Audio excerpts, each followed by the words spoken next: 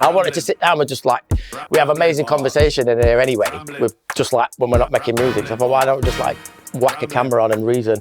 This is a bit embarrassing, but I remember one point a couple of years ago, I was doing cameos, withdrawing the money and spending it at the pub, and going to get another pint and going, fuck, I need to do a couple more cameos. And just going around the back of the booze and doing a cameo. I swear on my life, I've even been told, without much details, like, we wouldn't have touched you with a barge pole before. Really? Yeah, because it was just like, it was just me online, just fucking... being a madman. Trying to find Whiff in all corners of the planet. Who was the elder that you looked at when you was coming up as like, he's the guy? An MC called Pubman. So, oh yeah! It's called Pubsy. Yeah. And it's true that I looked up to him and ended up being one, but... You're in the Steeze Factory now. It's WindowKid. Hey up, brother. How are we doing? All right, man, are you? Very well. You've walked in today with a vlogging cam. Yeah. Where is it? Good question. It's vlogging your belly. Not very good vlogger, am I? No, it's fine, bro. It's here. I love how minute it is and unassuming. Right, it's tiny. So this is what you do, just capture life as you move around. We can catch some now. Do it. I'm going to be... We are doing a podcast. Hi, buddy. What's the name of the channel? WindowKid. I don't know. What is the name of it? WindowKid Vision. WindowKid. Oh, the WindowKid show. The WindowKid show, live and direct. OBP, we're in the Steeze Factory. I'll tell Look at these guys. Yes. You've not been doing a lot recently, right? No. I've been off for about a month and a half. Yeah. How comes? Been poorly. Bless you. Yeah, just spent a bit of time in hospital. I had pancreatitis and just had to go back and have some shit sorted out. It was a bit long, but I'm back. Yeah. You were telling me earlier in the week when we worked about the process in hospital. It sounded a bit intense, man. Bless you. Yeah, it is what it is, bro. I think it's quite common, and it can be really bad. But I think I'm technically on the mend now. What is it? What did you have? It's a great question. Yeah, like what were you in hospital for? For literally pancreatitis. Right. Which is just basically drinking beer and like burning your pancreas, basically. Right. Yeah. That burning. What was your liquor of choice? It genuinely was all of them, to be honest. Yeah. Yeah. I feel like I've chatted about it Bear and Bear podcast, and I don't want to like bore everyone with the same old chat, but it was just drinking beers in the day and fucking drinking G&Ts at the weekend. Well, I saw a clip of you yesterday online where you told someone that you went to a pub and had 5 pints or something, and then the next day, and they were like, wow. And I was like, that's normal. Yeah. Because I have been through the same thing as you. Yeah. And I was a DJ and an anxious young person. So I get to a venue and I've got an anxious situation and the solution. Yeah. Right? Yeah. So and it's the only job on the planet when you get there, you get liquor. Yeah. And naturally that's fun for a bit and it runs and it rolls and it affects people differently. Me, it was mentally and socially. Yours was physically. Yeah, and also the fact that like we don't really have, when you have the job of doing what we do at the weekend, you don't really have anything to do in the week. Yeah. So, but yeah, you're right. I have got things to do in the week, but I'd compromise it for the sedation of the weekend. Yeah. So like if I had a show on Friday, Saturday, I knew that I'd be struggling Monday, Tuesday, but I didn't care because I just needed to get through Friday. Yeah. Do you know what I mean? So I'll just get mashed up on Friday and nothing else matters. Do you know what I'm saying? Yeah. And then that mashup just easily spins into Saturday's mashup, which easily means I need a couple on Sunday, and then Monday, maybe I need a couple. Yeah. It's a vicious cycle. Suicide Tuesdays, I feel like, was a thing. Suey Tues, jeez. Because Monday, a lot of the time, you're still kind of like slightly affected, and then Tuesday, it's run out. I had all these silly theories, to cure me, said, and like the whole like sweat in a sauna and getting a cold shower. Bro, the amount of things you've done to your brain on the weekend, no cold water saving you on Tuesday. I feel like sometimes that made me worse. Yeah, right. Because that's just a room of anxiety anyway. Yeah. The only reason you feel a bit better off doing that shit is like a cold plunge, for example. You feel good when you get out because you're not fucking freezing anymore. The relief of being warm. Yeah, that's all it is. Yeah, but I feel like with something like what you do to yourself like that, you've just got to ride it out, basically, in my experience. Like day-to-day wellness, per se, those things definitely add up. Now you haven't got the crutch of that stuff because you can't physically. How do you navigate in these areas of, like, pressure? Just fucking get along with it, man. Just get along with it. I won't lie to you, I do generally wake up most days wanting to drink. Yeah, of course. And so that's annoying more than anything. But it's not the shows and the fucking festivals and them kind of scenarios, like studio sessions where you want to just have a drink and fucking whatever. It's not them moments, it's more just the day-to-day average pints that I miss. Right, interesting. So like actually doing shows, I'm better at what I do now. Yeah. Do you know what I mean? And You get a bit more nervous before a show. I never used to get nervous, but now I feel that. But that's good though. Also, more emotion. Yeah, totally. Like good anxiety is useful. When I stopped boozing, I was so petrified of life without it. One of the intimidating things was that, and I had this like shame bubble going on of like admitting the issue. And I looked into things like AA and that, but I was too ashamed to go because the AA is in the community, so it's at the church at the bottom of the road, for example. So I go there to talk about healing and that, and then I'd see the same guy at the school gates the next day, and I felt ashamed. Now I don't really care, but the two things that layered on top, it's quite an intense start of that kind of thing. And my mechanism was to just like avoid pubs, bars and clubs for as long as possible. Yeah, I did the opposite. I went straight in. It was almost like I wanted to jump in at the deep end and just be like, yo, I'm going to have to get used to this quick. Because everyone I know spends all the time in the pub. Like, not everyone in every moment, but most of the time. Yeah. So I knew I had to just get in there. Yeah, exposure therapy, they call that. Exposure therapy. Yeah. And it worked really well at first. I don't know what it is like. At first it was really hard. Then it got easier all of a sudden. And then kind of when it wasn't like the main thought process all the time, now it feels hard again. I feel like I'm finding it really hard again now. I feel like a bit left out. I don't know how to explain it. Well, how long have you been clean? 8 months? About 8 months. Yeah, amazing. Well done.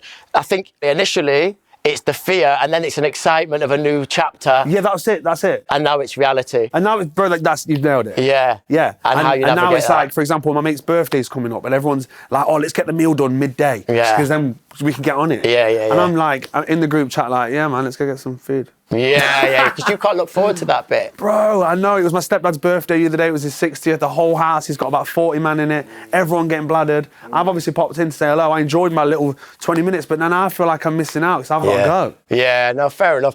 I think what you learn is what I've learned is like what you got out of those things, you got to find elsewhere. So like, for example, if I'm going raving, I am not compromising on the music, none at all.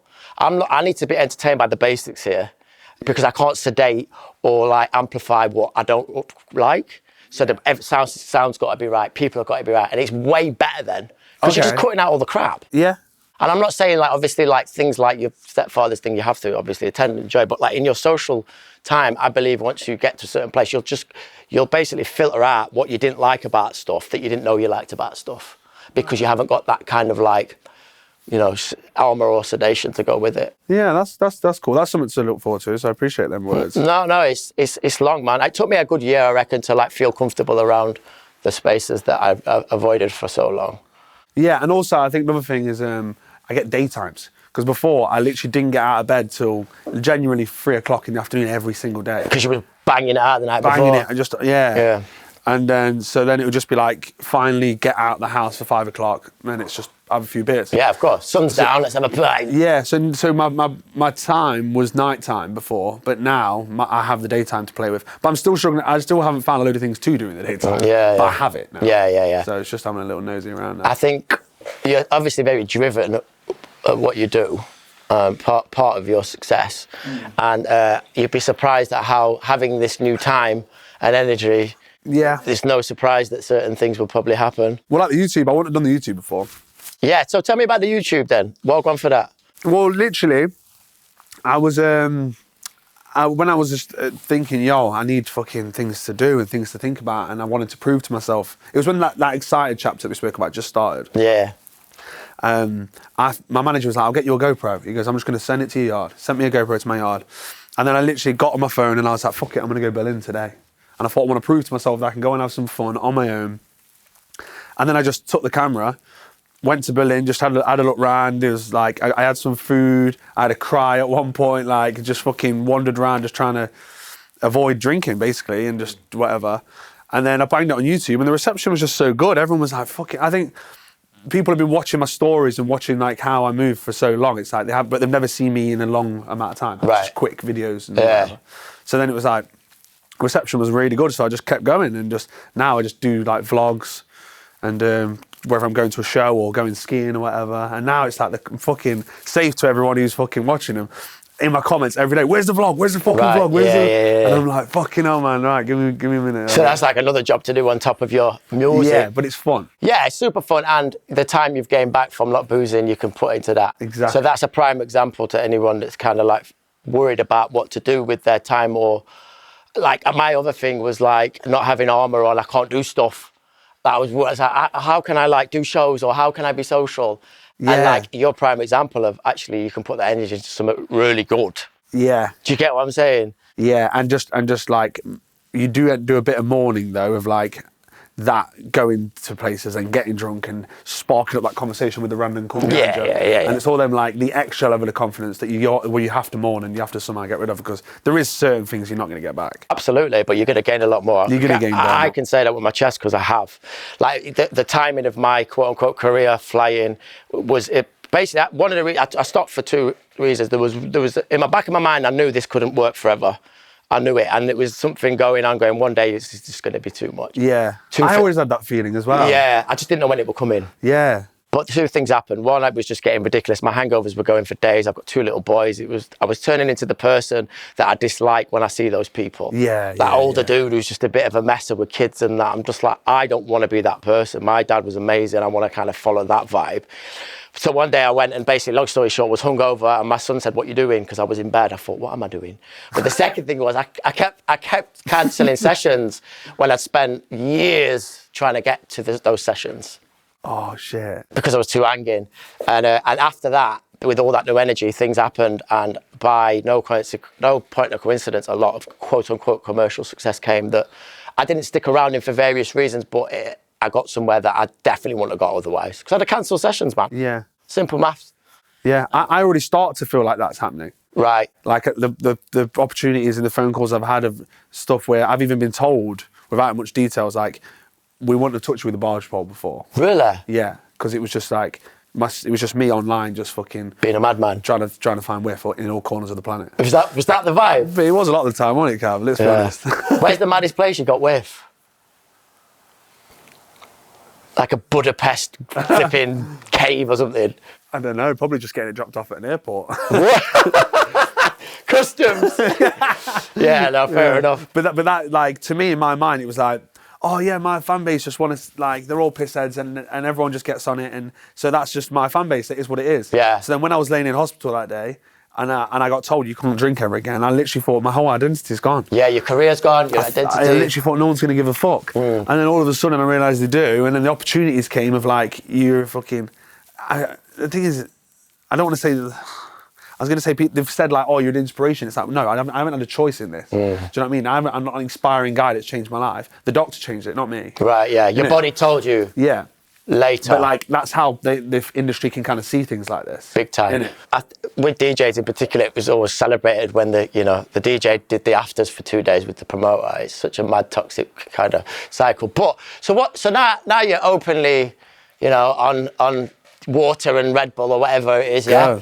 And that identity that you were worried about was going, evidently hasn't. I'd argue you're probably more shop front than I known about you for years and rated you, but the fire in the booth to me was just like one of those moments where like, he's amazing. I'll swear. Yeah. It's so good, bro. Like genuinely, I was like, he is an amazing rapper.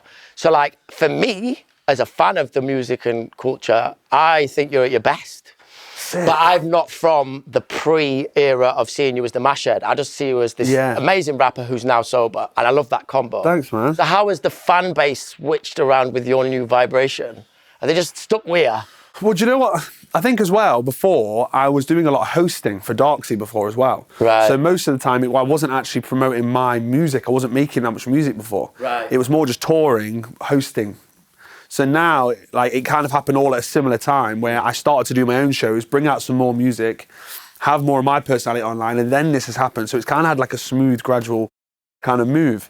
But the fan base is just, I don't know what the fuck my fan base is, really. Yeah. They're the best in the whole world, but I don't know whether they're TikTok, YouTube. I don't have a clue whether, like, the percentage. For all I know, 10% like my music and 90% like my fucking YouTube channel. Right. Or me saying fucking, where's that? I don't know who they are, I just fucking love them all. Yeah, of course. And then, like, in your live capacity, you're outside meeting them face to face now with your own shows, right? Yeah. So, and you're not sure why they've entered, but they've all got like a unified energy. Yeah, well, at least I know what the shows.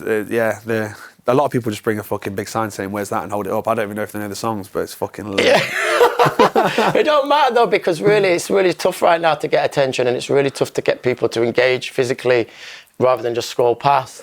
So like whatever tools we have, whether that's carrying a GoPro or like whatever, if it goes back to the music, which I presume you care Well, no, about. the music, yeah, I'm kind of like chatting not about the music, but yeah, the music's always going to be the main thing. Yeah. Like, because technically I could probably fucking put the microphone down, pick up the camera today, and I wouldn't probably have to do it ever again. Yeah, I was thinking that, yeah. But the music will always be number one. Yeah. And the collaborations and like with yourself, bro, I've wanted to work with you since I was a fucking youth. Like, Bless you, bro. Give so I'm thanks. gassed. Oh, bless this you. situation, like other opportunities are coming in abundance at the minute, man. Nottingham, you're born and raised, innit? Yeah. So who was the elder that you looked at when you was coming up as like, he's the guy on your... In Notts. Yeah. There was two. I don't know if you know him. There's a guy called Frost, and he was a producer. Right. And there's an MC called Pubman. Yeah. Oh, yeah! And he's Pubsy. Brilliant, yeah. And it's a joke that I looked up to him and ended up being one, but... Follow your heroes. And now they're my boys. Is it? But they were the two I looked up to, but I'm trying to think if there's any... I always used to love and still do love the Nottingham accent. And on records as well, like I've mentioned Capo, Art de Ville lot, all them. Yeah. All them lot. Tempar, you know, it's just got such a unique thing, and it's like, it's right good now, innit? Because it's like, the more you flex that native tongue, the more it kind of like is accepted and lands. It was just so exciting because majority of the time, London was obviously the biggest for grime, but then like Nottingham, Birmingham and Sheffield always just had like their own little like, no, we're the hardest. Totally. And micro scenes, I remember like in Chef, the local DJ would ram the back room more than the guest from London. I used to love that. So like a local baseline kid would like ram room 2 and they'd book someone from London to come and do room 1 and it was more ramming. Really? Yeah. I just love that kind of like... pushing your own crew. Yeah, but also counterculture of like homegrown sound and expression. I think that happens in Nottingham, Chef. Obviously Brum really well. I can't speak for many other places, I ain't been there. Yeah, they just seem to stand out the most. I think I'm just thinking on like straight up grime, like the JDZ Media days. Yeah, There seem to be that little them pockets that shine. Yeah, it's amazing. It's a big old country, and we're only just seeing its fruits of labour like since social media, I think. Like actually, it's not just a London thing, and you're a testament to that. You're so quick in studio. Quick. What? What, the other day? Yeah, bro. Yeah, that was rapid. Yeah, you're rapid, innit? But the thing is, I'm so weird when it comes to bars, bro. I don't sit down and write bars, ever. Right. Like, my brain will kind of just go, hey, something's going to happen. It's almost like I get a feeling. Yeah. And then I get my notes out, have a beat on, and it's like, honestly, it sounds weird, Jay. It's like someone's writing it for me. Yeah. In there. Yeah. It's so strange. But then if I go to a situation like a writer's camp or something and sit down and they go, right, we're going to start a tune, if it don't happen, I'll go, there's no point in being there. Yeah, absolutely. I could force something and it'll rhyme. Yeah. But it's not falling out comfortably. Yeah. Yeah, it's like it's in the moment, and I think when we was in it the other day, something happened, and it was go time. Yeah, it was quick. You ready? Shall we show them? Yeah, let's show them. Let me run this rhythm now, because this one's hard. I reckon he wrote these bars in about 15 minutes. And that's why I'm probably not going to remember them now. Rambling. Oh God, yeah. Rambling. Bars. Rambling. Rambling bars. Rambling. Listen to the camera. WindowKid. Yo, listen. These kind of beats I don't chat shit to. The Coldplay guy couldn't fix me, it's true. I'm the guy that you sold that with to. And I've always got drip too, big zoo. You won't see me walk into. The shops in there I'm not really into. I make rhythms that you might get chin to if you walk into a shubs that you ain't been to. Let me tell you a bit about me. WINDOWKID, and I make my peas and I go home and order a fat Chinese. Bash. I can't remember, bro. Rambling bars. Rambling bars. Oh, we got more. Oh, we'll do it in a bit. You want to do second verse?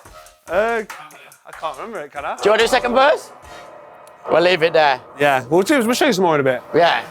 Well, guys, Yeah. but that's the energy of this room when the right person comes in. This room's the best. It's that easy, and I don't mean that arrogantly. I think like people like yourself, who I've had the honour to work with, it's so beautiful watching the process, because I can see like this fake electric thing coming from above and coming out of people. Yeah. And it's such an honour to watch. Yeah, you definitely help bring it out though. Right, okay. I don't know, it's not just the positivity, but that definitely helps. Because you made me more confident in my ideas, so then they kept coming. Right, If someone kind of like stops you in your path, then all ideas will stop, but it kind of made me keep flowing somewhere. Yeah, I know you smashed it, man. There was bars upon bars. There was so many, it was actually hard to kind of condense, wasn't it, in terms of like where things go and stuff. Yeah, now I've just got 2 songs with verses all over. Yeah, but plenty more works to come.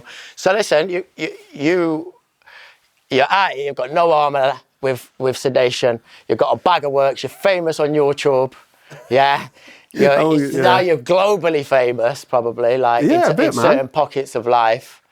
You're very hardworking. You're very talented. Where are we going, bro? Where's WindowKid going? Where are we going, bro? Guildford. Right. Got a show in Guildford tonight. Live the dream, guys. You'll get there. Where are we going? Well, we're meant to be doing an Australia tour at the end of this year. Brilliant. Maybe an Asia tour. We're looking at potentially American next year. I'm doing my UK tour, my first ever UK tour. We sold it out in 2 days. Boy. And doing a Europe tour. Basically just touring the world, I suppose. A world tour of life. It's amazing because we take it for granted now that a Nottingham rapper can do that. It's made the world feel smaller. Yeah, it's beautiful. Because, like, not to be all that nostalgic, but there was a point in time when British rap, if you weren't from London and you weren't by a major, you couldn't even crack Europe. Yeah. I'm not saying you crack Europe, but you're going to these places with your native tongue. Yeah, it's amazing, true, you know. True. It's proper sick. Like, from where it's gone to now, I've normalised it. You saying that is amazing, but it's also quite, for certain artists, quite normal. Yeah, it's kind of annoying, the fact that, I'll tell you what's a little bit annoying is the fact that I've already done the Australia tour, like with Darksy and everything. Yeah. And that's not annoying because it was super fun, but I mean, like, it's like I've already done it, but now I'm doing it on my own.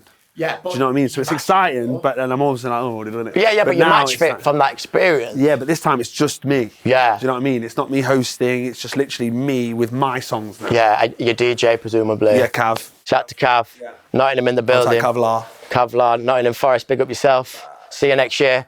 And but like all those experiences with going on the road, it makes you match fit. That is true. I'm saying. So it's like, but I hear you. But it's just, I just think it's an amazing time for people like yourself being put on the pedestal. It's fucking nuts, bro. Yeah, it is just mad. What about the aspect of fame? Because like, obviously, like, I presume you're not flipping Arnold Schwarzenegger on Oxford Street famous, but there is things that come with it that from people from where we come from, it's very abnormal.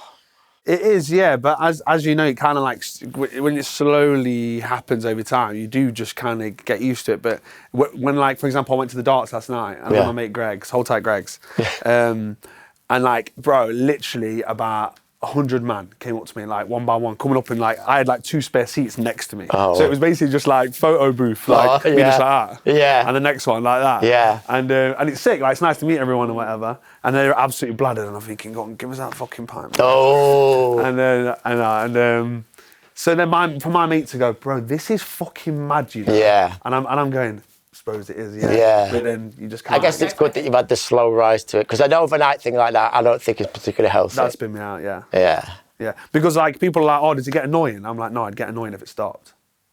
This is the thing, isn't it? It's the counterbalance of like because it's validation, isn't it? Yeah. A man saying or a girl saying, can I have a pick? It's like, you rate me. Yeah. And that's a nice feeling. It's not a big-headed thing to say you don't want it to stop. It's like if it stops, you fucking slacking.